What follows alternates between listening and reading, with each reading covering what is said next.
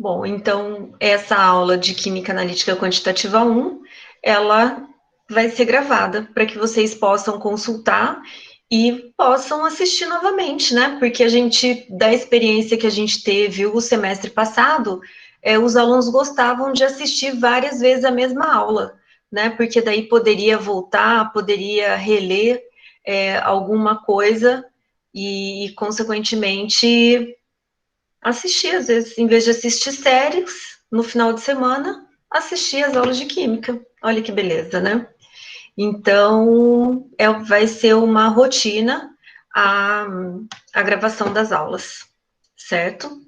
Então, eu agradeço a presença de vocês, né? Então, vocês viram que as aulas, elas serão regulares nos horários de aula, embora elas sejam também gravadas, né? Mas a gente vai propor algumas atividades, algumas coisas, para que não fique tão cansativo, né? E que vocês usufruam ao máximo de toda essa aula.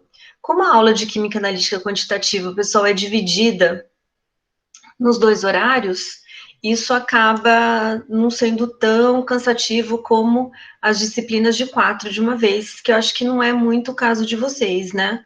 Mas a gente vai fazer o máximo para que essas aulas elas não sejam tão cansativas, certo? Alguém gostaria de colocar alguma coisa, pessoal?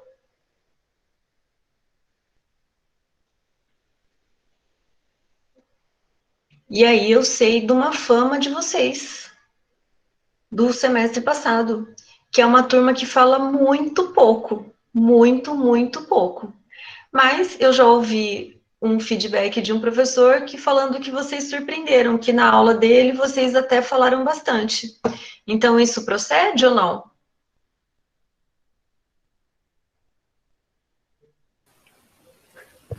Pelo jeito, sim. Né? Né? Então que vocês sejam participativos, vocês fiquem à vontade para interromper a hora que vocês acharem necessário, para perguntar a hora que vocês desejam, né? Que da melhor maneira a gente vai respondendo, certo? Bom, pessoal, então, para ficar de uma maneira mais organizada, eu vou apresentar o cronograma para vocês e a nossa disciplina, né? Então, quais serão os objetivos dela, certo? Bom, então, pessoal, a única coisa é que eu vou estar projetando. E aí eu não consegui colocar o meu celular junto porque ele dá uma interferência. Então, quando eu projeto, pessoal, eu não vejo vocês. Então, eu sei que tem um jeito de fazer isso, mas é que eu não treinei ainda. Mas na próxima aula eu já vou conseguir projetar a aula e ver vocês, certo? Então, se vocês tiverem alguma dúvida, vocês me avisam na forma de voz, porque eu não vou ver o chat, certo?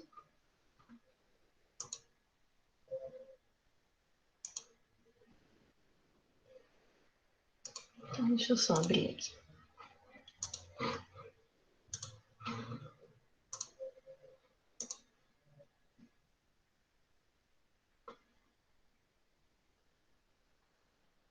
Eu só preciso reconhecer o meu arquivo do Word, né?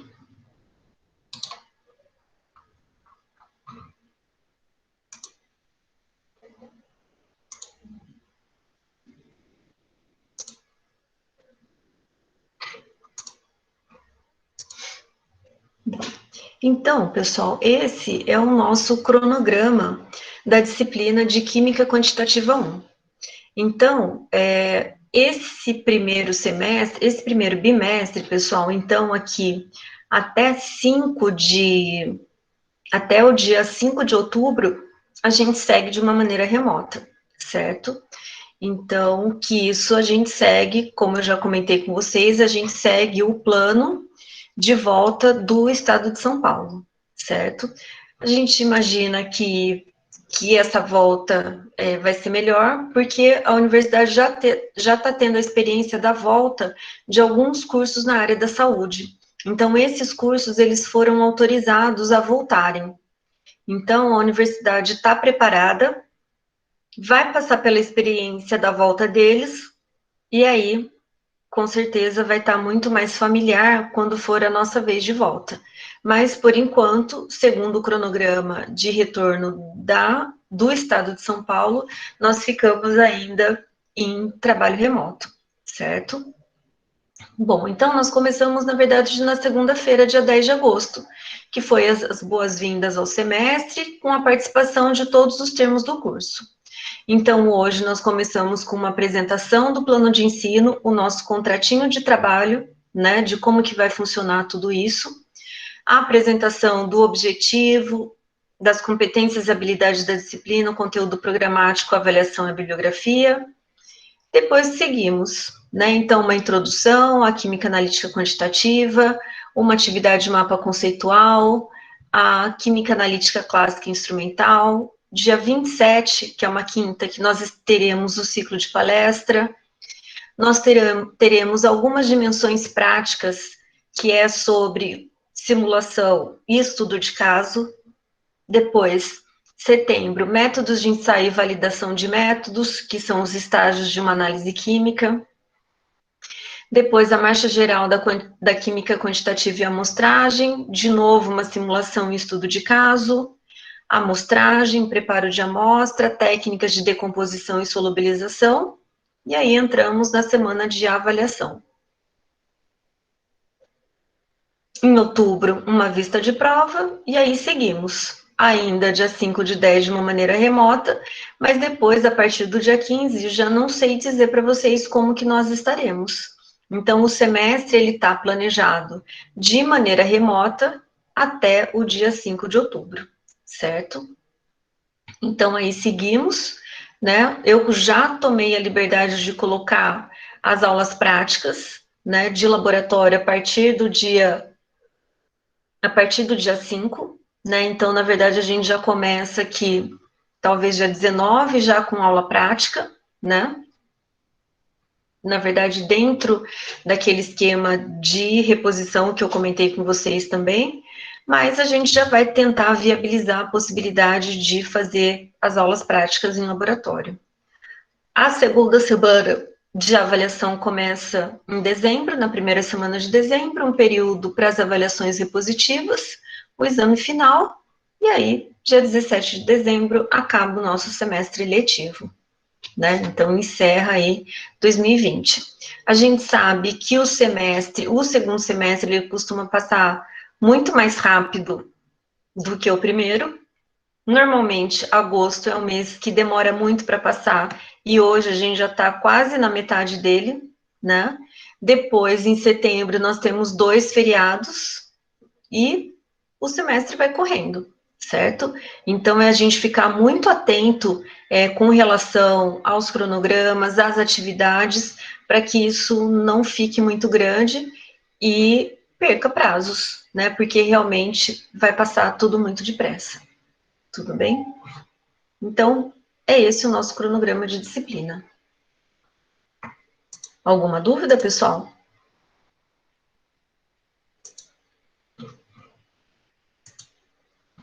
Tudo certo? Tranquilo. Então, vamos lá. Então, eu tenho uma apresentação de PowerPoint, pessoal, e aí aquele esquema do chat que eu não enxergo, certo? Então, vamos lá.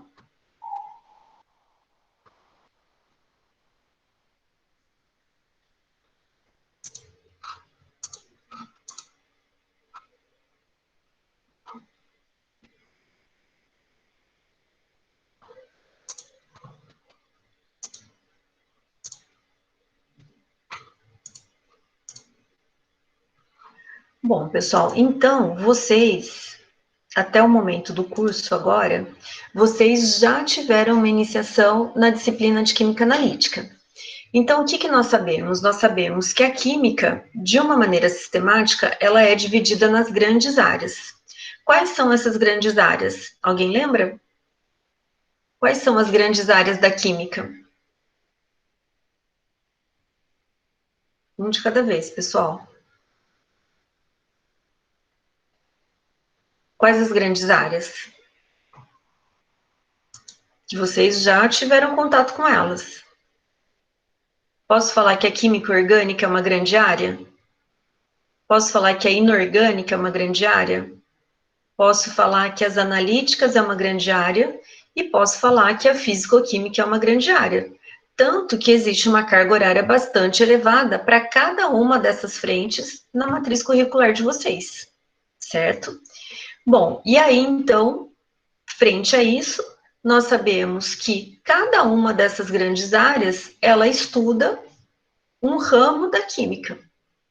Partindo lá daquele princípio que química é a ciência que estuda a matéria e a transformação da matéria, cada um dos ramos, vamos dizer assim, cada uma das grandes áreas, ela dentro da sua área, ela vai trabalhar a matéria e a transformação da matéria. Então, nós sabemos que a química orgânica, pessoal, qual que é a base dela? O que ela estuda? O que a química orgânica estuda? Alguém pode responder, por favor?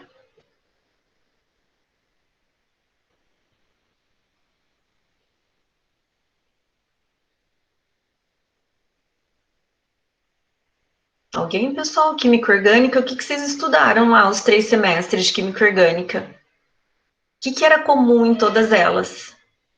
Cadeias de carbono? Cadeias de carbono. Então, basicamente, a química orgânica, ela vai estudar o quê? Ela vai estudar os compostos que contêm carbono. Lógico que isso é uma maneira muito simples de dizer, né? Porque vocês viram o tanto de conteúdo que existe ali, certo? Então, estuda os compostos que contêm átomos de carbono. E aí, tudo que está envolvido, né? Estudar as propriedades, estudar as reações, estudar as funções, as conformações, né? E isso tem muito assunto. Qual outra grande área que é a outra grande área química inorgânica? O que estuda a química inorgânica? Alguém, por favor? Os elementos Quais elementos? da tabela. Da tabela Quais? periódica. Metais? Metais fazem parte. Carbono, não é, professora? Quem está falando? Fernando. Fala de novo, Fernando. Os elementos que não possuem carbono. Isso. Se a química orgânica estuda os compostos que contêm carbono, a química inorgânica vai estudar os compostos que não. A química inorgânica vai estudar os elementos, os compostos que não têm carbono.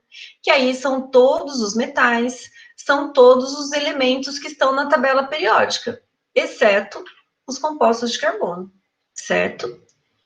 Depois, a fisicoquímica. O que estuda na fisicoquímica? As reações? As reações. Que mais?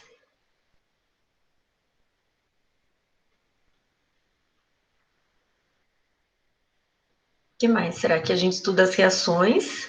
Mas também a gente estuda os parâmetros que regem essas reações, que são o que a gente chama de parâmetro cinético e parâmetro termodinâmico. Que o parâmetro cinético, ele vai estar relacionado com a velocidade com que ocorre aquela reação. E então, é isso, parâmetro cinético, que vai estudar a questão da velocidade da reação. E o parâmetro físico-químico, ele vai estudar os parâmetros que determinam a ocorrência da reação, que é entalpia, que é entropia, que é energia. Então, tudo isso que vai reger se a reação vai ocorrer ou não. Então, lembra que para a reação ocorrer, o que tem que acontecer? A gente tem que ter uma diminuição na energia e um aumento na entropia. Então, ela tem que, para o reagente A se transformar em produto B, tem que ter alguma vantagem energética. Então, que vantagem é essa? A perda de energia. Consequentemente, a desorganização aumenta, né, que é a entropia. E aí, depois, o meu processo pode acontecer com liberação ou absorção de calor, certo? E aí vem a nossa queridinha química analítica, que o próprio nome já diz, vai estudar o quê? O que a química analítica vai estudar? Identificação dos elementos. Identificação dos elementos, que mais?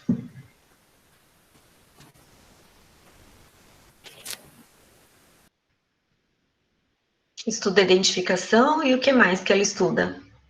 A quantidade de elementos. A quantidade de elementos. Então, o que acontece na química analítica? Ela é dividida em duas, que vocês já estudaram a química analítica qualitativa e agora vocês começam com a química analítica quantitativa. Na qualitativa, o que vocês estudaram lá? O que vocês estudaram na qualitativa? Qual elemento que tem ali? Isso, qual elemento estava presente numa determinada amostra? Vocês quiseram saber o quanto tinha? Não.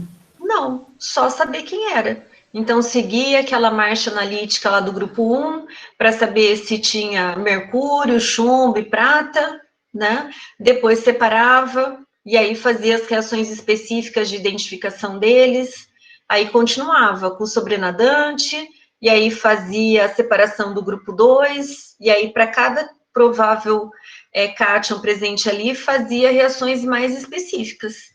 Então, ali vocês queriam saber o que tinha na minha amostra. Agora, a química analítica quantitativa, que pergunta que ela vai responder? Pelo próprio nome dela, ela vai responder o quê? O quanto tem. Então, mas ótimo, vai responder o quanto tem, mas lembra que, primeiramente, eu preciso saber o que tem, certo? Então, não adianta nada alguém chegar para você, que eu sempre acabo citando esse exemplo, para falar assim, olha, analisa o que tem nessa água. Aí você vai falar, tá, mas o que tem nessa água? Aí o cara fala assim, não sei. Aí a gente precisa primeiro saber o que tem, para depois, num segundo momento, a gente poder fazer a análise quantitativa para saber se a quantidade que está ali presente, ela é permitida ou não. Vamos pensar aí no caso da água, certo?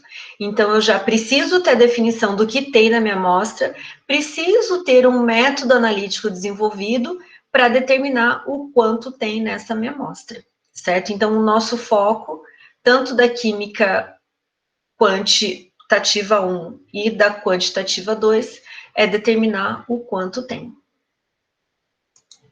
Então, dentro dessa perspectiva da gente analisar o quanto tem, qual que vai ser o objetivo das nossas aulas? Desenvolver em vocês a capacidade de selecionar entre diferentes técnicas disponíveis a mais adequada na solução de problemas relacionados à análise química, além de avaliar a precisão e exatidão de dados experimentais utilizando métodos estatísticos, né? Então, eu pego uma amostra, faço uma determinação, será que uma única medida é suficiente? Será que isso me garante o resultado? A gente vai ver que não. Por isso que sempre em métodos analíticos, em análise química, a gente faz pelo menos 3 medidas, porque daí dela a gente acaba tirando uma média, né? Um outro objetivo é desenvolver em vocês a capacidade, a competência para quantificar elementos e compostos químicos por meio de técnicas gravimétricas e cálculos estequiométricos, certo? Então, a técnica gravimétrica, a gente vai ver que é uma técnica analítica clássica, que envolve a determinação de massa, mas que eu preciso, para fazer essa determinação, eu preciso saber muito bem cálculos estequiométricos, né, que a gente viu lá na Geral 2. E aí, que habilidades e competências que a gente vai desenvolver em vocês? Então, vocês vão ter a capacidade de diferenciar análises qualitativas de quantitativas e também de análises clássicas e instrumentais. Entender as diferentes etapas de uma análise química, que começa onde, pessoal? Onde começa uma análise química?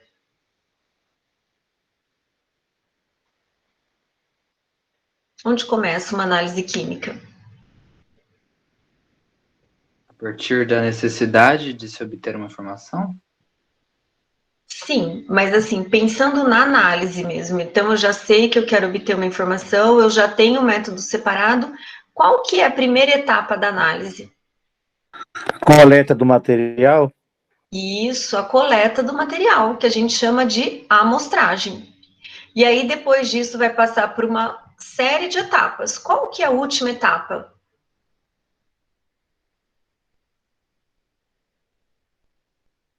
Qual que é a última etapa?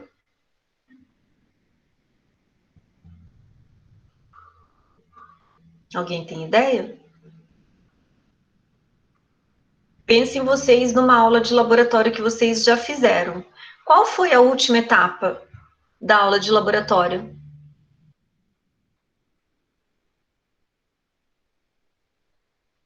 Resultado final, professor? O resultado final, que eu entrego esse resultado final de que maneira? Mostrando a quantidade do material, né? Isso, mas eu chego para a Observado, pessoa, né? isso, eu chego para a pessoa e falo assim, olha, o resultado foi tal. Eu Ué, chego para o meu segundo, cliente e falo, o resultado foi tal. O que eu tenho que tem que mostrar entregar para ele? o material observado, né? Então, mas eu Ela vou entregar o material observado?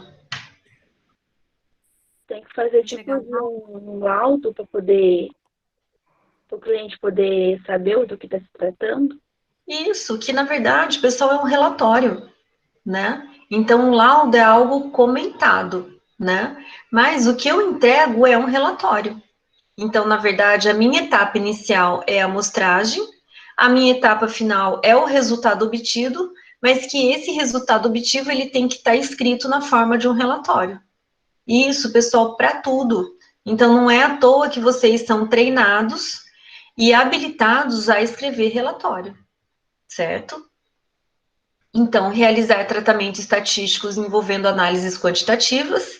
Então, a gente vai ver que o meu resultado, ele precisa ser preciso e exato, né? Que a gente vai ver a diferença. E a gente utiliza um sisteminha estatístico. Entender e realizar cálculos estequiométricos envolvendo pureza de amostra e rendimento de reação. Então, isso daqui a gente vai rever um pouquinho. Entender sobre as análises gravimétricas, aplicar os conhecimentos de todas as etapas da análise química e aplicar em processo de análise de controle. E aplicar análise gravimétrica como uma técnica de análise química, que a gente vai ver que é uma técnica muito simples, ela é uma técnica clássica e que até hoje ela resolve o problema. Então, muito das descobertas da química surgiu utilizando uma balança, né? Muitas leis da química saíram de lá, e a gente vai ver que até os dias de hoje ela resolve alguns problemas de uma maneira simples e também de uma maneira barata. Porque alguém tem ideia que tipo de equipamento que eu utilizo para fazer uma análise gravimétrica?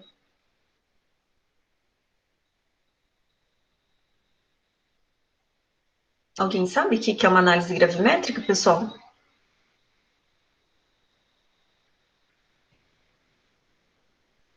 Análise gravimétrica, pessoal, é uma análise que eu vou utilizar massa. Então, por exemplo, a determinação de água num sal de cozinha, por exemplo, é feito por uma análise gravimétrica. Mas como assim? Simples. Eu vou utilizar uma estufa e uma balança. Então, o que eu faço? Quero saber o teor de sal, desculpa, o teor de água que está presente numa amostra de sal. O que eu vou fazer? Pego uma amostra de sal, determino a massa.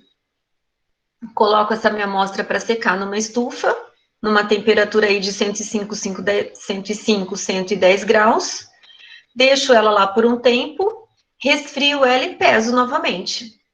O que aconteceu com essa massa em relação à massa inicial? a massa diminuiu Diminuiu. Por que ela diminuiu? com a saída da água, Com a evaporação saída da da água. água. Isso, exatamente. Então, eu tinha uma massa inicialmente, sequei, e aí a massa diminuiu. Essa diferença de massa é quem? A água, né? Da própria água. Da Então, própria aí, água. não entendi. Da própria água. Compliquei. Isso, da própria água. Então, o que aconteceu? A água se perdeu, e aí essa diferença de água eu consigo fazer o cálculo para determinar o teor. Análise gravimétrica, certo? E aí muitos outros exemplos. Então, todo o teor de água é feito por análise gravimétrica. Posso utilizar normalmente uma estufa, mas tem alguns procedimentos que utiliza até mesmo o forno de micro-ondas, né, para promover a secagem da minha amostra. Então, é uma técnica básica, clássica, e que continua resolvendo problemas, né? E aí, então, vem o nosso conteúdo programático, né? Uma introdução aí à química analítica quantitativa, a marcha analítica, que vai desde a amostra e a amostragem, aí o preparo da amostra. Aí você fala assim, como assim o preparo da amostra, né, pessoal? Porque, basicamente, a nossa química analítica quantitativa, seja a 1 e a 2, a gente vai trabalhar com as amostras em meio aquoso. Então, existem as técnicas instrumentais e as técnicas clássicas, que são essas que nós vamos ver nas duas disciplinas. As técnicas instrumentais, pessoal, vocês estão vendo em análise instrumental 1 e análise instrumental 2, né? Então, aqui vai ser as técnicas clássicas. E aí, preciso preparar uma amostra. Eu quero determinar o teor de cloreto numa amostra de sal. Qual que é a primeira coisa que eu tenho que fazer? Para eu determinar o teor de íons cloreto numa amostra de sal.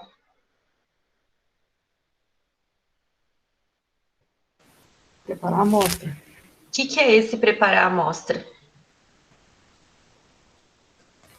No caso, separar a quantidade da amostra para poder fazer depois, conseguir fazer as contas. Isso, o que mais?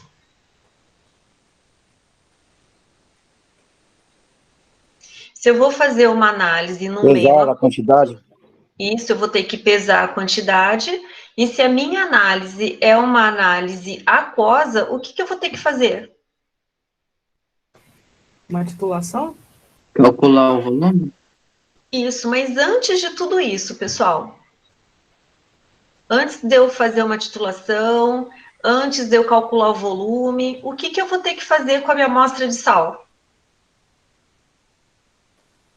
Ou não? Diluí-la. Diluir. Passar a minha amostra de sal, que é sólido, para um meio aquoso. Então, no caso do sal, desse exemplo que eu estou dando para vocês, se eu pegar uma certa quantidade de água, ele vai diluir facilmente. Por quê? Porque o sal é solúvel em água.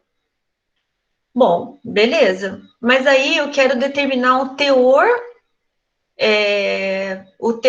orgânico num solo. O que eu vou ter que fazer? Eu também vou precisar dissolver em água, certo? Porque as minhas análises são em meio aquosos. Mas, a hora que eu pegar o solo e colocar água, o que vai acontecer com esse solo? Ele vai se solubilizar como aconteceu com a minha amostra de sal? É menos, né, professora? Mas eu acho que creio que vai. Então, na verdade, pessoal, um pouquinho ele vai.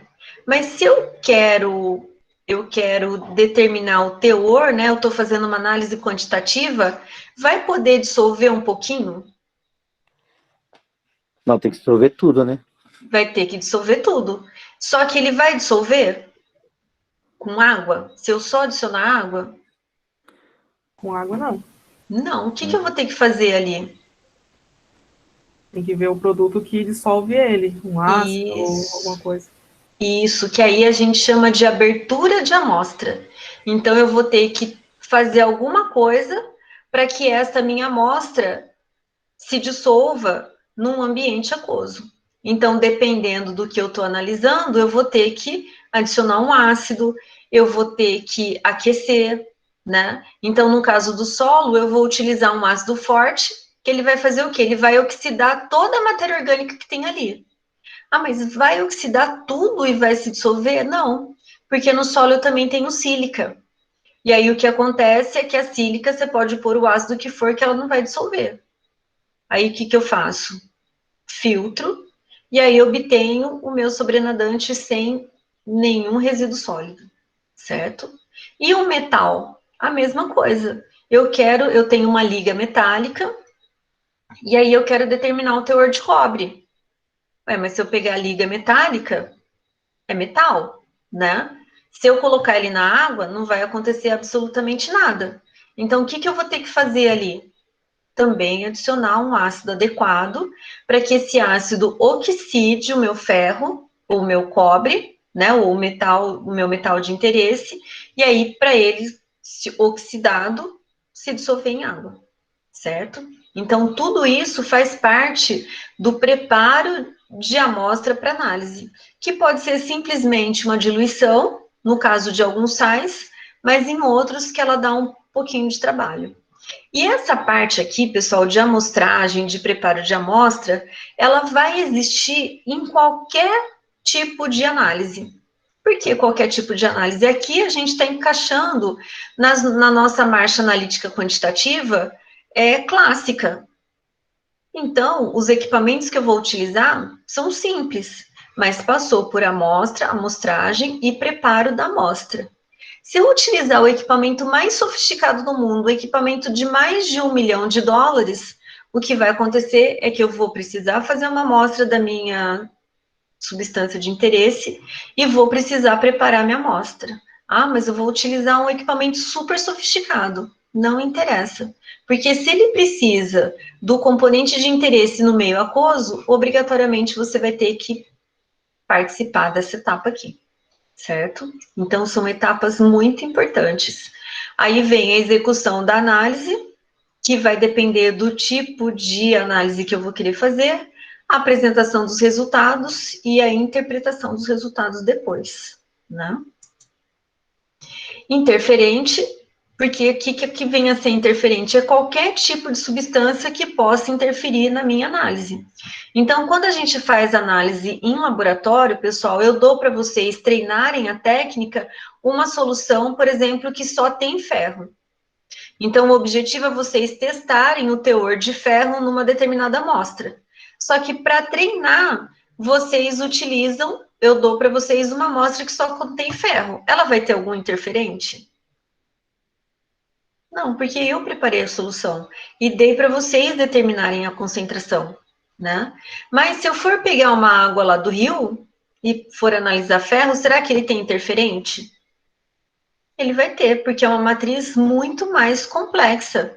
Porque naquela minha amostra de água eu tenho outros metais, eu tenho oxigênio dissolvido, eu posso ter algum tipo de bactéria, e tudo isso pode interferir na marcha analítica escolhida, certo? Então, existem técnicas também para eu impedir a ação do meu interferente, né? E aí você fala assim, mas que problema que traz esse interferente? Ele pode fazer com que o procedimento escolhido não ocorra, né? Ou no caso da análise gravimétrica, por exemplo, um agente precipitante que você utiliza, em vez de precipitar, por exemplo, só o cálcio, ele vai precipitar o cálcio e o magnésio. Ah, mas eu queria saber só cálcio. Mas o problema é que se você utilizar essa técnica, sei lá, de precipitação com oxalato, os dois vão precipitar.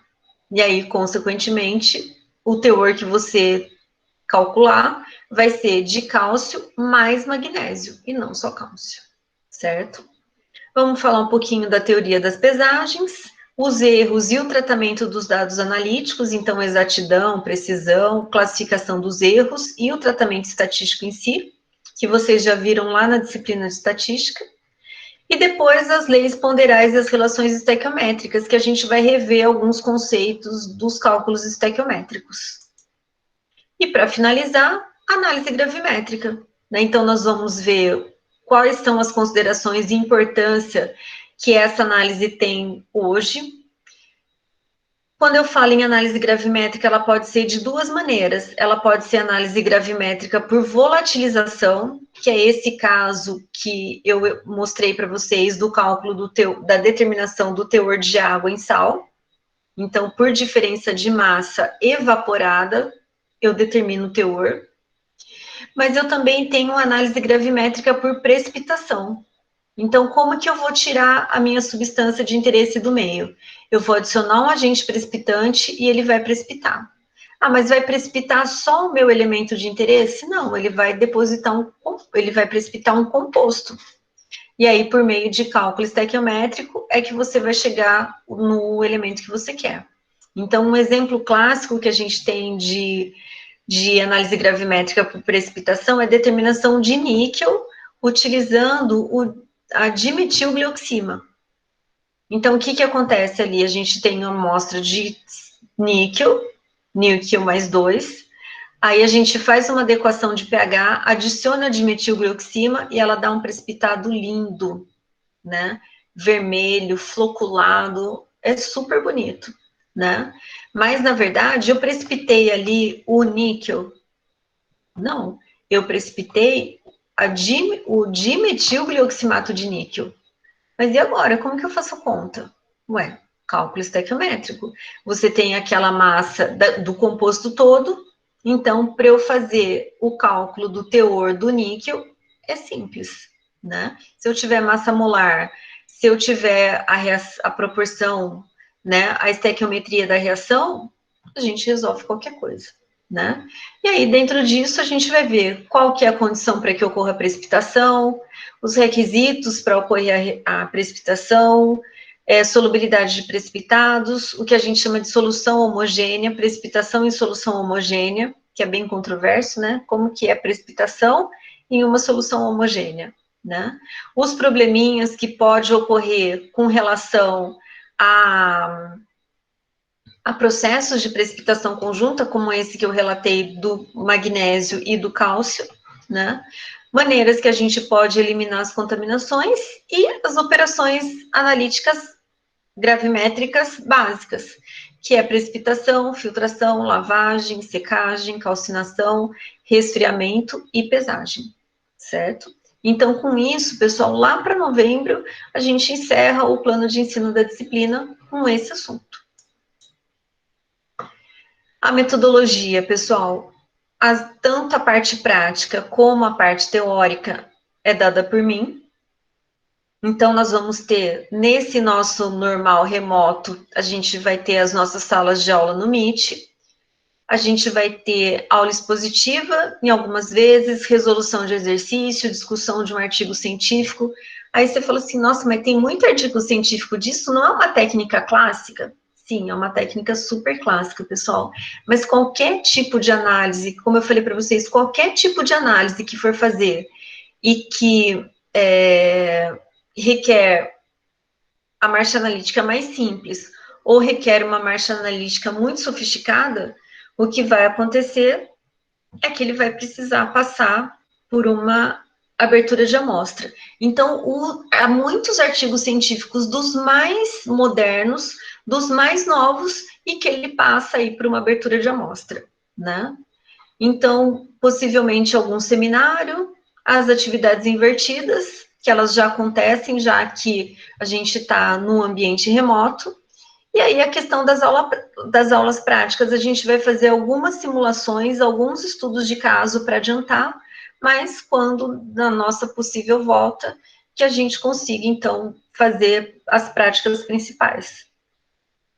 Nem que seja em menor quantidade, certo? As referências, né? Então, os livros clássicos da química analítica, algum deles vocês já devem conhecer. Então, química analítica quantitativa, quantitativa elementar, então esse do Harris, que ele é disponível na nossa biblioteca virtual, o Bacan, o Vogel de quantitativa e muitos outros, né? Então, esse do Flávio Leite é validação em análise química, que é a parte do tratamento estatístico de amostra, né? Então, de linguagem simples e bem bacana, né? E outros clássicos, né? Mas, basicamente, o que a gente utiliza são esses 4 livros. E que eu não vou dar, esses 3 livros, eu não vou dar certeza para vocês, pessoal, mas é quase certo que o Vogel tem na biblioteca virtual e o Harris também. O Bacan, possivelmente não, né? Mas também, se vocês fizerem uma busca lá na minha biblioteca, vocês vão ver que tem muitos livros de química analítica. E aí, uns falam de uma maneira, outros falam de outra maneira, né? Mas todos falam de química analítica. E a avaliação. Então, nós, nesse primeiro bimestre, com o ensino remoto, a gente vai manter o esquema que foi do primeiro semestre. Então, a prova valendo Desculpa, pessoal, a prova valendo 30% e as outras atividades valendo 70%. Então, à medida com que a gente vai tendo atividade, a gente vai pontuando. Aí, pessoal, eu não defino para vocês que todas as atividades elas vão ter pesos iguais. Por quê? Porque tem algumas atividades que elas acabam valendo mais e outras atividades, desculpa, não é valendo mais, né? Vai ter atividade que vale mais e menos, mas em função da complexidade do tipo de atividade. Então, claro que escrever um laudo baseado num caso deve ter um peso maior do que um simples questionário de questões objetivas, certo? Então, como a definição das atividades, ela vem à medida com que o semestre vai caminhando, então eu coloco a porcentagem referente a isso no próprio trabalho, certo? Então, por isso que eu não coloco que tal atividade vale 10, que outra vale 20, que outra vale 5, que a outra vale 1 e que a outra não vale nada, né? Fica de uma maneira genérica, que 30% é de um questionário e 70% são de outras atividades. E aí, no segundo semestre, no segundo bimestre, que tá uma interrogaçãozinha, né? Mas, a princípio, a gente vai continuar tendo uma grande quantidade de atividades, uma grande quantidade não, uma quantidade suficiente, vamos dizer assim. Depois, uma avaliação geral, vamos ver se a gente consegue aplicar mesmo no ambiente virtual, que na verdade vocês já faziam isso, né? Mas como o semestre passado foi muita coisa, a gente acabou não colocando avaliação geral. E aí, depois, então, 30, 60 aqui e 10, fazendo com que fique 100%, certo?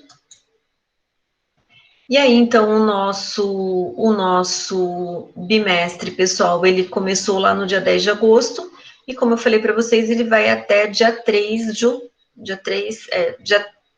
outubro, né? E aí, então, para isso, a gente vai ter uma semana de provas, né? Embora a universidade, ela não colocou isso como algo oficial, então, vocês vão perceber que tem curso que vai ter prova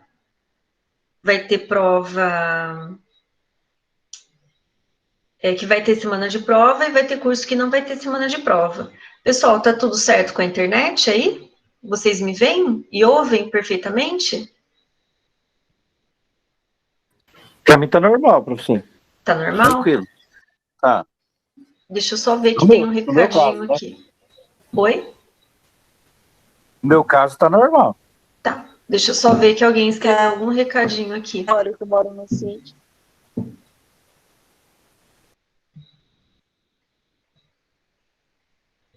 Tá. Então, tranquilo. Bom, então é isso. Eu acabei colocando aqui, mas não é essa data, tá, pessoal? As provas bimestrais, elas vão acontecer de 25, deixa eu só confirmar aqui para vocês. Tá lá no cronograma, né? Mas só pra gente confirmar, de 23 de setembro até o dia 30 de outubro, certo? Então, vocês já ficam aí com essa data, e aí depois eu vou publicar esse calendário para vocês, do calendário pelo menos do primeiro bimestre.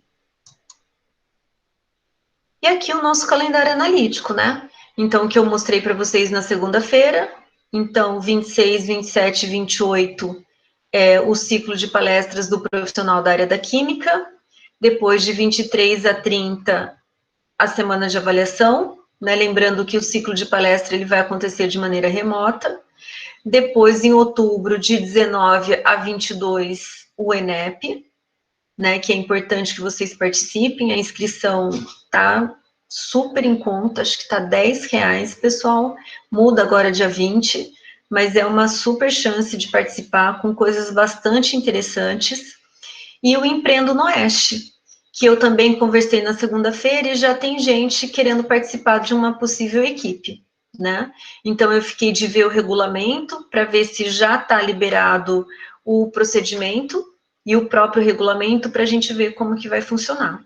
Então, o ano passado, algumas pessoas dessa turma participaram, né?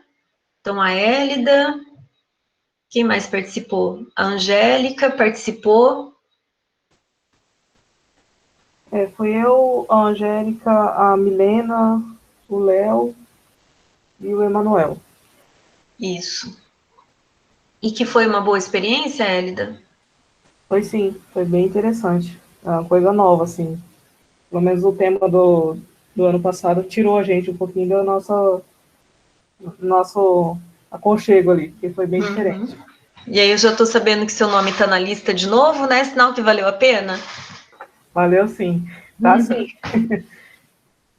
Então tá bom. Então, pessoal, quem tiver interesse em participar, a gente vai se movimentar para que vocês possam participar de alguma maneira, certo? Que eu fiquei de ver como que vai ser a questão da inscrição. Se quem tiver inscrito no ENEP automaticamente está inscrito no Empreendo no Oeste, se tem que pagar alguma inscrição, mas aí eu passo tudo isso para vocês, certo? Mas que vale a pena participar, porque realmente é algo muito diferente do que a gente está acostumado. E claro que tudo que é diferente do que a gente está acostumado, o pessoal acaba nos engrandecendo, né? Acaba nos trazendo benefícios e fazendo com que a gente desenvolva competências e habilidades, certo? Bom, e aí acabou, né? Aí vem o novembro e vem dezembro. O que a gente vai precisar tomar muito cuidado, pessoal, porque a gente tem 2 aulas da disciplina que é de segunda-feira. E olha que beleza que vai acontecer. 7 e 14, segunda, 12, segunda, 2 de novembro, segunda, 2 de novembro, segunda-feira. Então, praticamente, a gente perde aí 15 dias de aula só por conta desses feriados. Então, a gente vai precisar ficar muito atento para que a gente realmente consiga trabalhar todo o conteúdo em função desses feriados, certo? Alguma dúvida com relação ao calendário, pessoal? Então, o que a gente tem programado é o primeiro bimestre, né? Na verdade, até outubro. Lembrando que ciclo de palestra e ENEP vão acontecer online, né? E que no dia 13 de outubro existe a possibilidade da volta, do começo da volta presencial. Tudo bem? Alguma dúvida?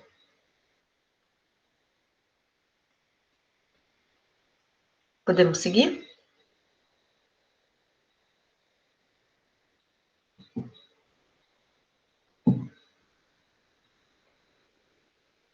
Então vamos.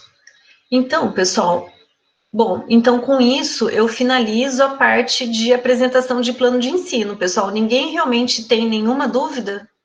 Nenhum questionamento? Nenhuma sugestão?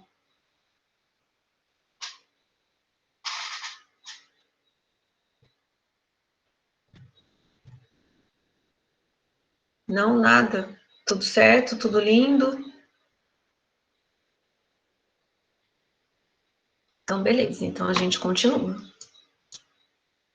Bom, pessoal, então, continuando daquela pequena introdução que eu fiz da química analítica, eu vou começar a falar exatamente o que é a química analítica. Então, a química analítica, antigamente, ela chamava de análise química, e aí eu tinha análise qualitativa e a quantitativa. O que acontece no caso da análise química? Lembra que a qualitativa vai responder o quê e a quantitativa vai responder o quanto, né? E aí, dentro disso, eu posso ter 2 formas de análise. Eu posso ter análise via úmida e posso ter análise via métodos instrumentais.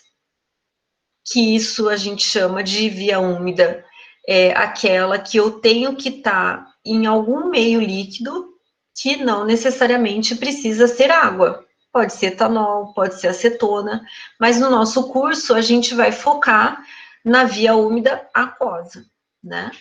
E depois, quando eu falo dos métodos instrumentais, eu posso ter método manual e posso ter método automático. E no caso, quando a gente volta aqui para a via úmida, eu vou ter análise clássica gravimétrica, que é o que a gente vai ver em Quant 1, e a análise clássica titulométrica, que é a parte de titulação. Então, a análise clássica a gente vai ver em Quant 1, e toda a disciplina de Quant 2, ela vai envolver volumetria, né, que hoje a gente chama de titulometria.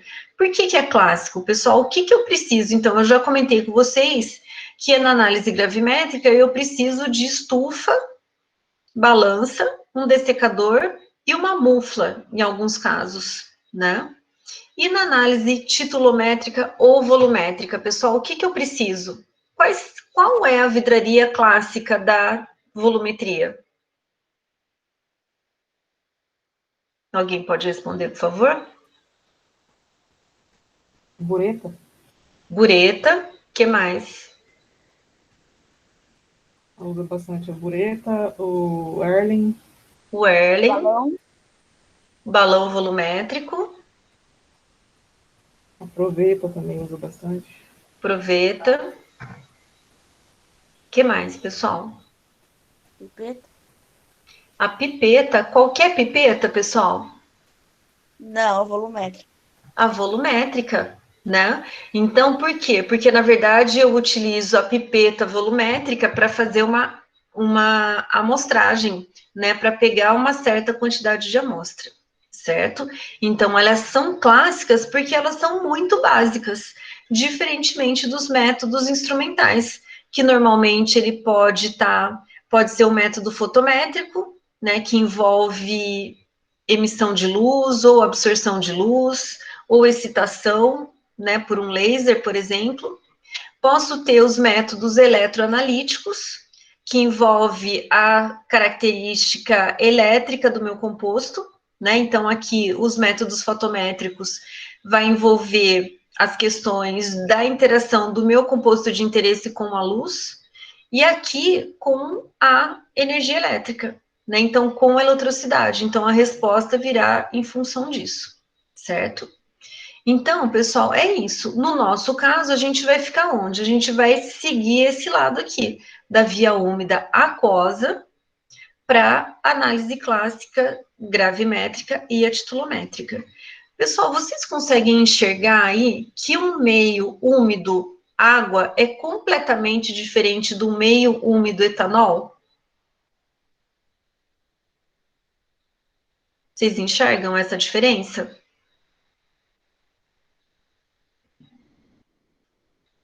Sim, não?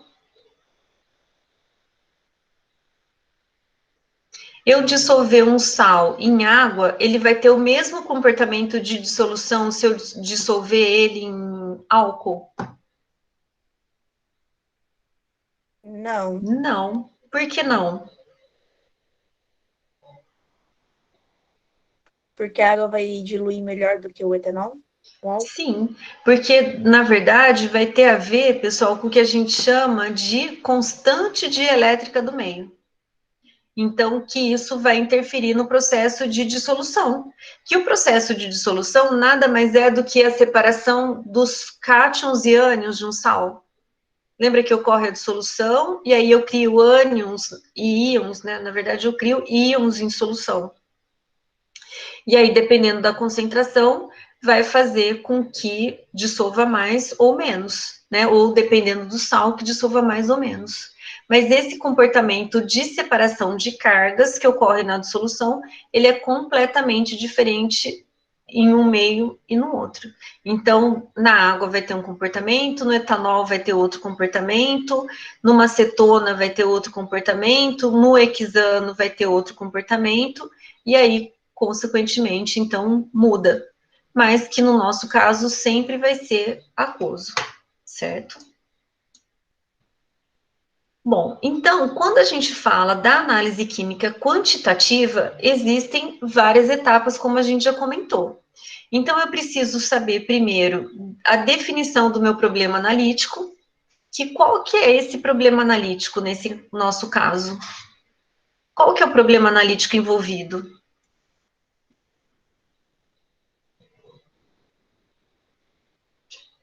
Não é saber o quanto tem? Então, vai ser o quanto tem de uma determinada substância. Determinando o tipo de problema desse analito, eu preciso escolher o método que eu vou utilizar para saber o quanto tem desse analito, né?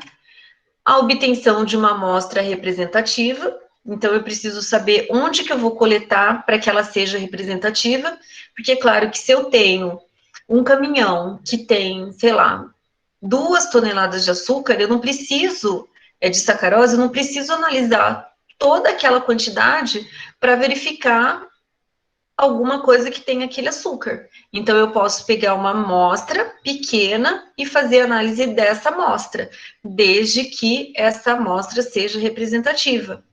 É a mesma coisa se eu for fazer uma análise de água num rio. Se eu pegar a água na beirada da margem, se eu pegar a água no meio do rio, ou se eu pegar ela muito profunda ou rasa, será que vai ter diferença no meu resultado? Vai. Sim, professor. Sim, né? Por que que sim?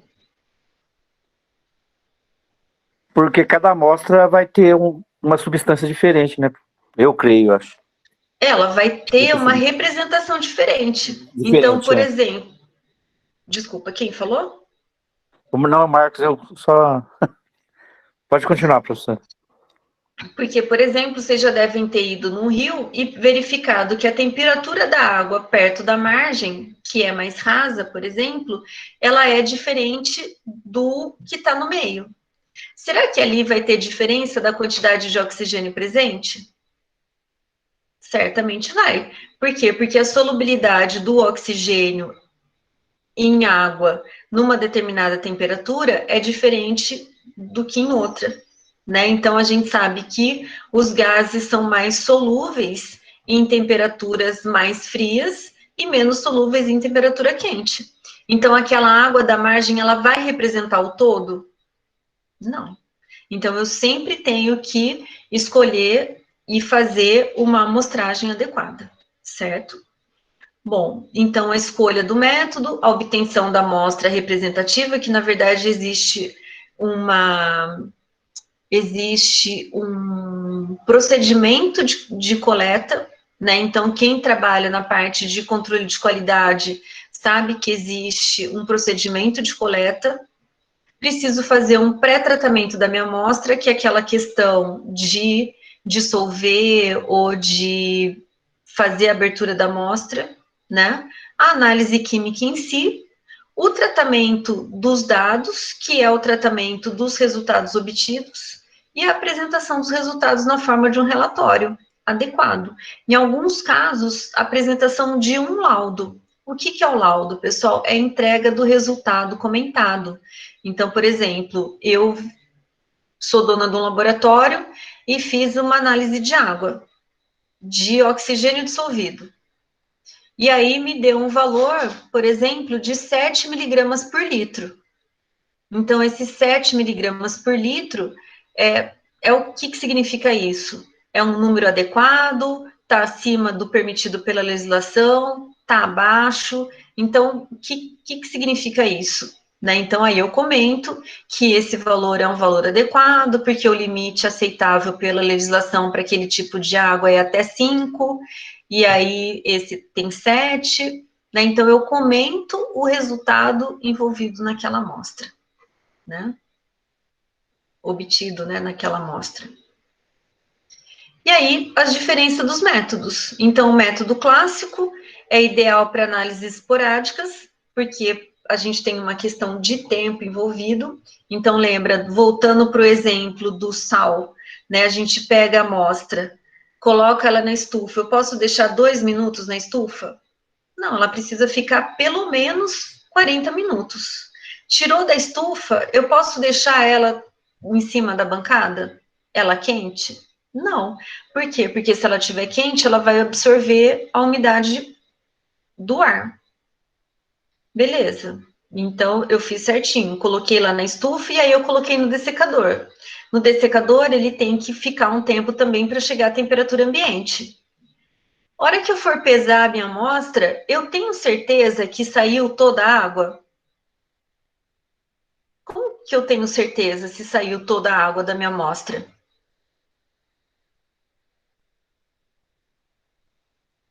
Deixei a minha amostra 40 minutos lá na estufa, estou determinando água de novo. Então, deixei a minha amostra 40 minutos na estufa, Depois disso, eu coloquei no dessecador para esfriar e pesei. Deu 5,47 a minha massa final. Quem me garante que saiu toda a água naqueles 40 minutos? Ninguém garante, pessoal. O que eu tenho que fazer? Eu tenho que pegar a minha amostra, voltar com ela para a estufa, deixar lá mais 20 minutos, voltar para o dessecador, pesar. Se a minha massa for constante, pessoal, significa que toda a água foi perdida. Mas se a minha massa não é constante, eu tenho que continuar o procedimento até que a minha massa seja constante. Então, vejam que o tempo gasto, ele é muito maior. Por isso que esse autor aqui, ele fala que ele é ideal para análises esporádicas. Mas ela apresenta grandes vantagens, que é baixo custo, aparelhagem de fácil aquisição, porque se for uma análise gravimétrica de volatilização, é aquilo que eu já comentei, vou precisar de uma balança, de uma mufla ou de uma estufa, né? E se for de precipitação, eu também vou precisar de vidrarias de laboratório comum, né? E vou precisar também de uma estufa e de uma balança e dessecador, né? Então, é fácil de ter isso. Então, se o seu laboratório só fizer isso, pessoal, com uns 30 mil, você monta um laboratório para isso, né? Que quando eu comparo com o método experimental, esse valor é, às vezes, o preço de uma lâmpada, né? E as macroanálises, né? Então, com amostras bastante grandes. Já os métodos instrumentais, ele é ideal para rotina, porque ele é muito rápido. Então, hoje, não sei se vocês já viram um espectrofotômetro V visível, a gente vai e coloca o meu porta-amostra, que normalmente é uma cubetinha, né, de 3 centímetros de altura por 1 centímetro de largura, é a mais comum que a gente tem. E dentro desses espectrofotômetros existe o que a gente chama de carrossel. Então, eu posso colocar ali, sei lá, 10 cubas com amostra, 10 cubetinhas com amostra, e aí ele vai lendo automaticamente cada uma dessas minhas amostras. Então, todo esse tempo que eu tinha aqui no meu método clássico, ele não vai ter mais no método experimental. Por outro lado, ele tem um custo bastante elevado, eu preciso ter um pessoal treinado ao equipamento, e aqui, no caso do método clássico, eu preciso ter uma pessoa com habilidade prática para isso, né? Bom, os métodos instrumentais é possível realizar análise de traço. O que é essa análise de traço? É uma análise de substâncias de interesse que tenha uma concentração extremamente baixa. Frequentemente necessita de uma calibração do aparelho, que normalmente eu utilizo para calibrar um aparelho uma técnica clássica. Né? Então, mesmo que um laboratório ele esteja totalmente automatizado, que ele seja totalmente instrumental, vocês podem ter certeza que em alguma gaveta ainda existe uma bureta, né? Por quê? Porque a aferição e o controle de qualidade, ou na dúvida, eles recorrem à bureta, né? E, na verdade, isso daqui permitiu a grande ampliação, né? Desculpa, pessoal. Permite uma grande aplicação na indústria nos mais variados ramos, né? Então, maior variedade de ramos, maior quantidade de amostra, né? Em função do tipo de técnica que é utilizada. Enquanto que para os métodos clássicos é preciso ter alguns pré-requisitos para a utilização dela. E aí, quando a gente fala da análise quantitativa 1 em solução aquosa, cabe a gente rever o conceito de solução, né? Que é uma mistura homogênea de 2 ou mais fases. Não necessariamente um meio aquoso. É que no nosso caso, a gente vai utilizar soluções aquosas. A espécie em menor quantidade é chamada de soluto e a espécie em maior quantidade é chamada de solvente. A concentração informa a quantidade de soluto contida em um determinado volume ou massa de solução. Então, lembra que isso daqui é o que a gente vai trabalhar. Porque eu não vou determinar o quanto tem. Então, o quanto tem é uma relação. Então, não adianta de uma amostra eu falar assim, olha, tem 5 gramas de cloreto. Ah, tem 2 gramas de cloreto. Ah, tem 10 ml de etanol. Ele me diz alguma coisa? Não. Eu preciso ter uma relação desse resultado com o todo da minha amostra. Então, você fala, tem 5 miligramas de cloro. Mas isso representa o quê? Quantos por cento? Qual a relação disso com a massa da minha amostra? Né? Então, lembra que a concentração é sempre uma relação. Ah, é 5 mols por litro. O que significa? Que em 1 litro eu tenho 5 mols. Ah, é 3% de carbono. É que se eu tiver 100 gramas, 3% é carbono, certo? E depois, então, no nosso caso, que vai ser a solução aquosa, o meu solvente é sempre água. Aqui, pessoal, só voltando nessa questão da concentração, lembra que isso tem que estar na ponta da língua. Então, tem que saber determinar a concentração e fazer cálculo de concentração para preparar a solução.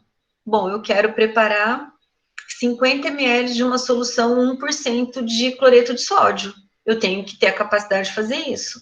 Ah, eu quero uma concentração de 15 miligramas por litro. Eu tenho que ter a capacidade de fazer isso, certo? Então, que a gente vai voltar praticamente a falar bastante sobre isso, certo?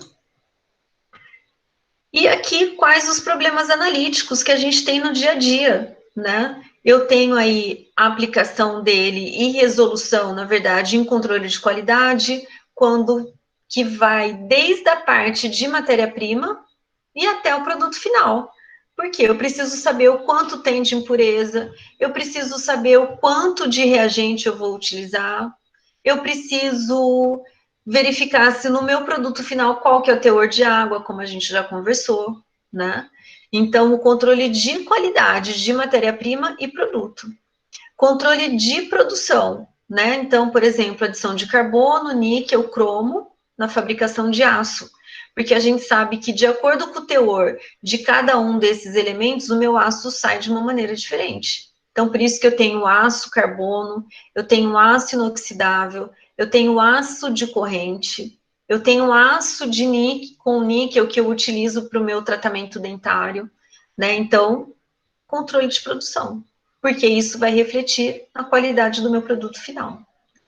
Depois, no caso de avaliação ambiental, né? Então, se aquela água está dentro dos padrões aceitáveis para que ela seja classificada como água potável, por exemplo, né? Então, eu vou determinar o oxigênio dissolvido, eu vou determinar o teor de matéria orgânica, eu vou determinar a quantidade de óleos e graxas. Então, veja, sempre o quanto tem. Posso ter exposição ocupacional, que é um outro problema analítico, então fazer análise do ambiente ou de fluidos biológicos, né? Então, hoje existe uma série de equipamentos que faz determinação do teor de interesse no próprio ar, né?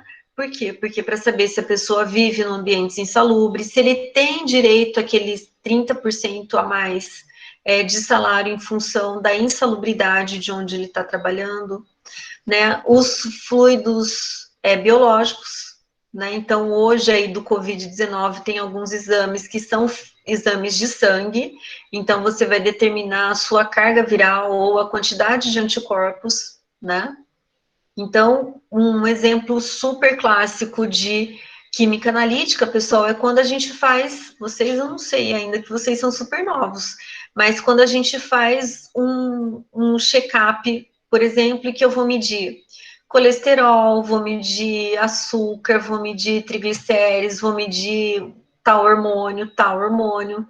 Então, quem já pegou um extrato aí de resultado, hoje os laboratórios, eles emitem os valores obtidos, indicam qual método que foi utilizado para aquilo, e aí coloca a faixa de referência do que é ideal ou não, né?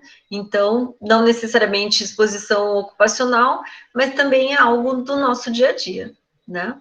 E um caminho amplo também, uma aplicação extremamente ampla, é a análise de doping nos esportes, né? Então, que a gente acompanha aí a desclassificação de uma série de esportistas, né, de elite, e que eles testam doping positivo.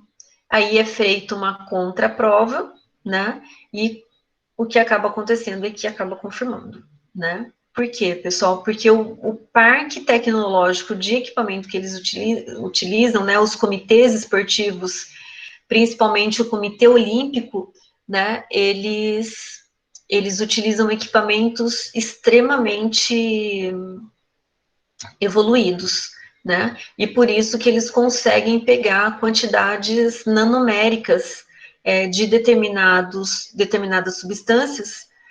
Muitas vezes os atletas ficam surpresos, né, porque eles fazem toda uma preparação, e quem usa drogas ilícitas, né, para melhorar o condicionamento físico, pessoal, tem alguns que você utiliza por um tempo, aí depois você fica um tempo sem utilizar para o seu corpo ficar limpo, né, e participar de uma competição, por exemplo. Só que muitas vezes acaba ficando ou um pouco da substância ou o resíduo dela, e aí, consequentemente, acaba desclassificando o atleta. Mas o laboratório desses comitês olímpicos é uma coisa maravilhosa. Eu tive um amigo, pessoal, que ele é perito da Polícia Civil, e ele também é professor de uma universidade federal, e ele foi convidado, na verdade, ele se candidatou, né, houve o convite lá no Rio de Janeiro, na época das Olimpíadas, né, de pessoas que pudessem que pudessem colaborar nos laboratórios, porque são laboratórios externos, né? Então, acho que um aqui no Brasil ele foi acreditado, mas veio o laboratório de fora. E aí ele participou, né? E diz que realmente é uma coisa impressionante, que os equipamentos utilizados são super tops, né? Então, aqui, só alguns exemplos para mostrar para vocês onde pode estar os problemas analíticos, né? E muitos outros, né, pessoal? Porque tudo é analítica, né? Tudo você precisa saber o que tem e o quanto tem. Então, qualquer coisa que vocês pensarem, vai ter a química analítica envolvida.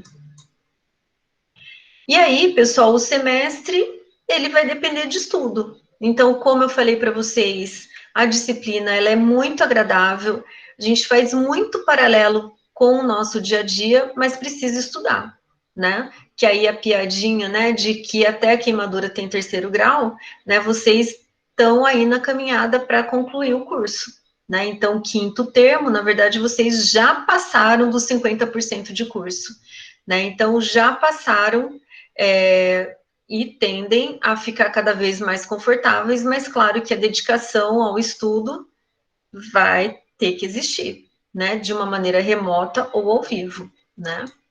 E aqui essa imagem que eu coloquei um outro semestre, né, na verdade esse semestre aqui, talvez esse, pessoal, fosse o nosso primeiro semestre, né, mas para esse segundo a gente já está mais preparado e a gente espere que essa onda aqui, ela seja um pouco menor, né, que a gente possa ir ajustando para que essa onda possa acalmar e, na verdade, a gente conseguir atingir os objetivos com a nossa disciplina, certo? Alguma dúvida, pessoal, com relação à apresentação disso? Fica claro, né? Essas diferenças de métodos clássicos e dos métodos instrumentais, da utilização disso tudo? Alguma dúvida? A solução a gente vai rever, vai falar das concentrações, né? Vai resolver bastante exercício e do preparo de soluções, que é uma coisa tão óbvia para o químico, mas tem gente ainda com dificuldade de preparo de solução. Então, a gente vai trabalhar um pouquinho isso também, certo? Então, da apresentação é isso, pessoal. Se alguém quiser colocar alguma coisa...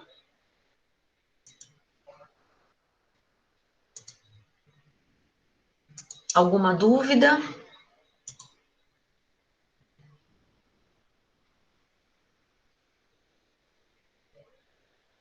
Certo, pessoal, algumas observações aqui. Então, lembra, pessoal, que quando alguém escreve no chat, vocês têm que ler o chat para mim, né? Porque eu não tenho acesso a ele. Mas eu vou melhorar isso na próxima aula. Se alguém quiser comentar alguma coisa... Alguma dúvida?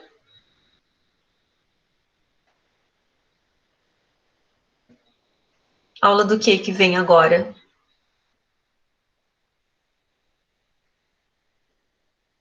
Acho que é da Jaque, né? É ambiental. Ambiental? Ai, bacana. Então, por hoje é isso, pessoal. Se alguém quiser fazer alguma colocação, tirar alguma dúvida, eu estou à disposição.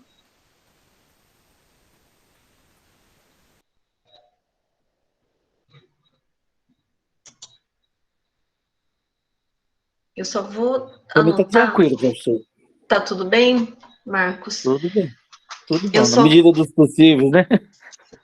Certo. Pessoal, eu vou anotar quem está aqui só para eu fazer uma estatística de como que está a participação nas aulas. A Hélida, o Elvis, Fernando, Graziele,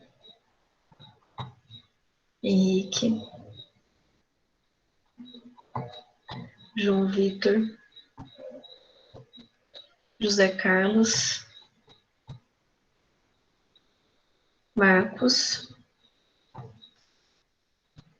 Nayara, Natália.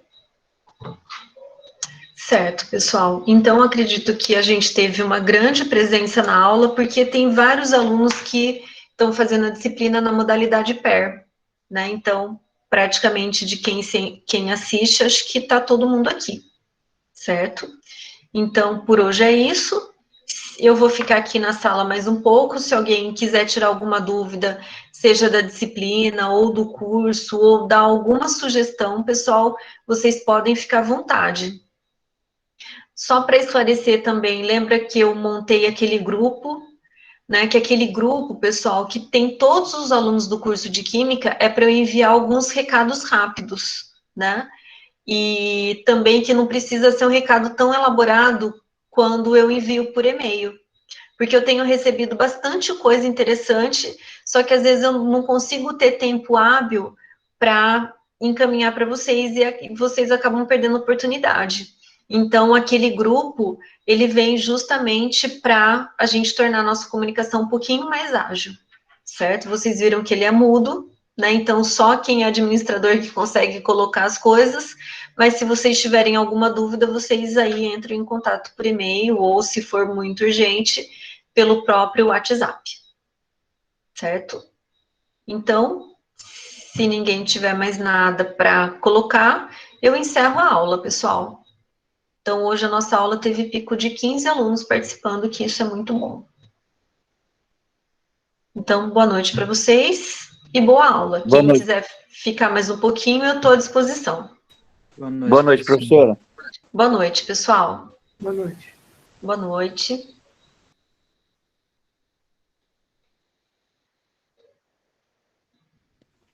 Oi, Patrícia. Boa noite, Natália. Oi, Nayara. Tudo bem? Tudo certo, e você? Tô bem também. Não tem dúvida nenhuma, só pra te avisar mesmo que eu consegui um estágio. Jura? Aqui na minha cidade. Ai, que bom. Que bom. Mas não é para fazer almofada, né? Igual você fazia antes. Eu tô numa indústria de alimentos que faz palmito.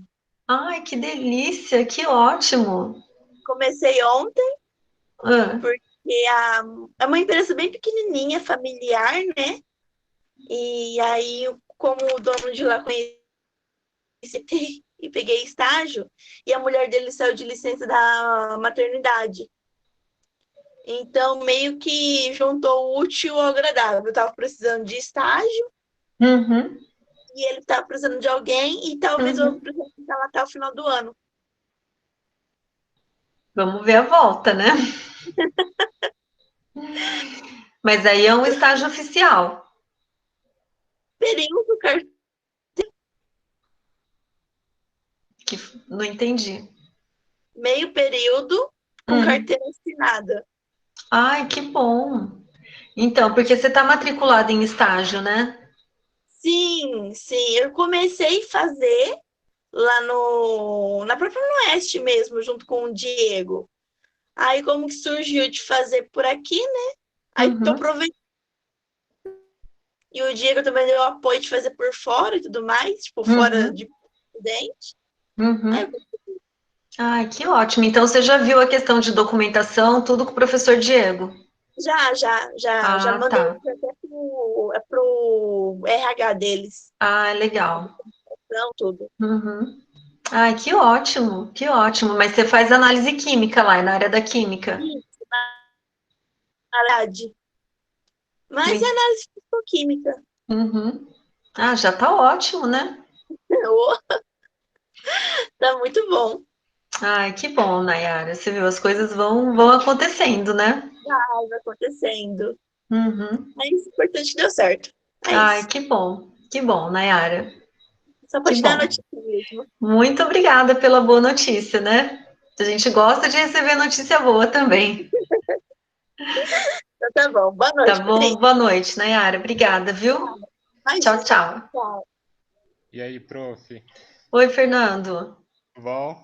Tudo bom e você? Tudo bem? Falei, quer ver que o Fernando deixou o negócio ligado e saiu, e a aula acabou e ele não desligou. Jamais, professora. Você acha que vai fazer isso? Professora, eu Sei. ia comunicar a você. É que, tipo Ah, assim, eu tô cobrindo uma mulher, a Ana Wilson, durante 3 meses.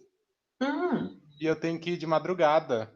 ah, Então aí, às vezes, eu saio no meio da aula, porque lá eu tenho que entrar 10 horas. tá. Você avisa os professores. É isso que eu ia fazer, ainda não conversei com ninguém Uhum. pra avisar, sabe? Aí o Então, notebook eu, fica com e é- falta. uhum. Então, eu soube que você estava trabalhando lá. E aí você saiu da SP Labor, então? Acho que tava tendo meio que um probleminha lá, né? Aí mandaram um par de gente embora, aí me mandaram embora também. Mas problema do quê? Deles interno? Isso. Hum, Acho que nesse negócio de Covid, sabe? Não tava vendendo muito bem uhum, e tal. uhum. E aí eles me mandaram. Aí assim que eu fui embora, o Wilson me chamou. Ui, que bom. Tá vendo? É, Não fica sem trabalho, Fernando. Olha jamais, né? isso. Aí eu voltei aqui pra Prudente. Ai, que bom. E aí tá uma panela lá na Wilson, então? Tá, todo mundo da Química. Tá Tá a lá. Hélida, tá o Henrique, tá você, Sim, a Maiara. a Maiara. A Maiara trabalha lá. O Uhum. Anderson também. Você conhece o Anderson? Conheço, egresso nosso. Sim, ele também tá lá. Ai, que bom. Tá toda uma panelinha lá. Ai, que joia. Qualquer hora vocês tiram uma foto e manda pra mim, hein? Mando sim, professora. Aí, tá tudo bem com você, Fernando? Tudo certo, prof. É, tá calmo aí? Tô. Eu tô É, morando cabeça sozinho. boa? Eu tô perto da faculdade agora. Ai, que bom.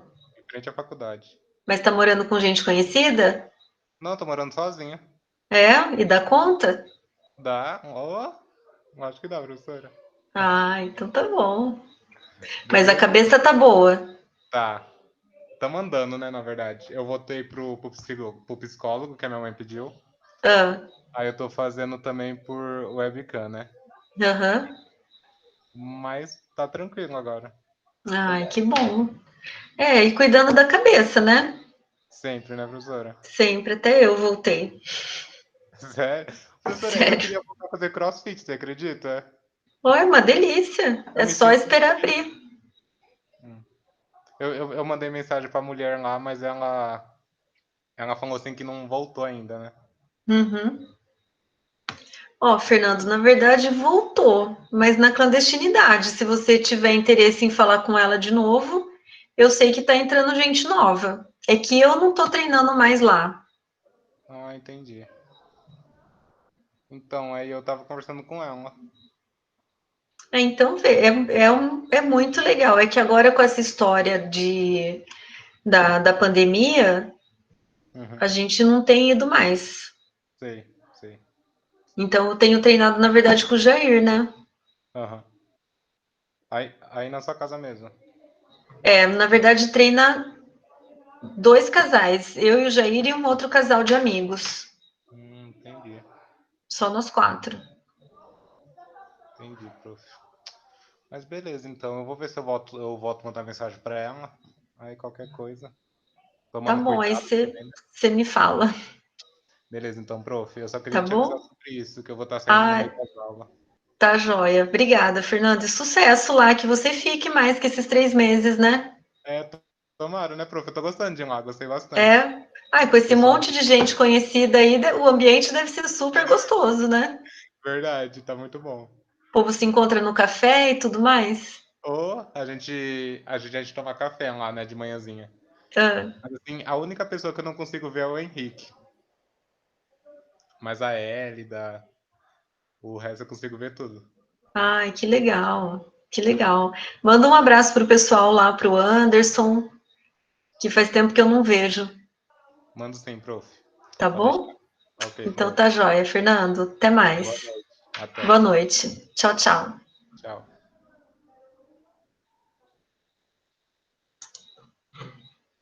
Bom, assim, nós terminamos a primeira aula, né? Na verdade, a aula 2 de Química Analítica Quantitativa 1. Boa noite.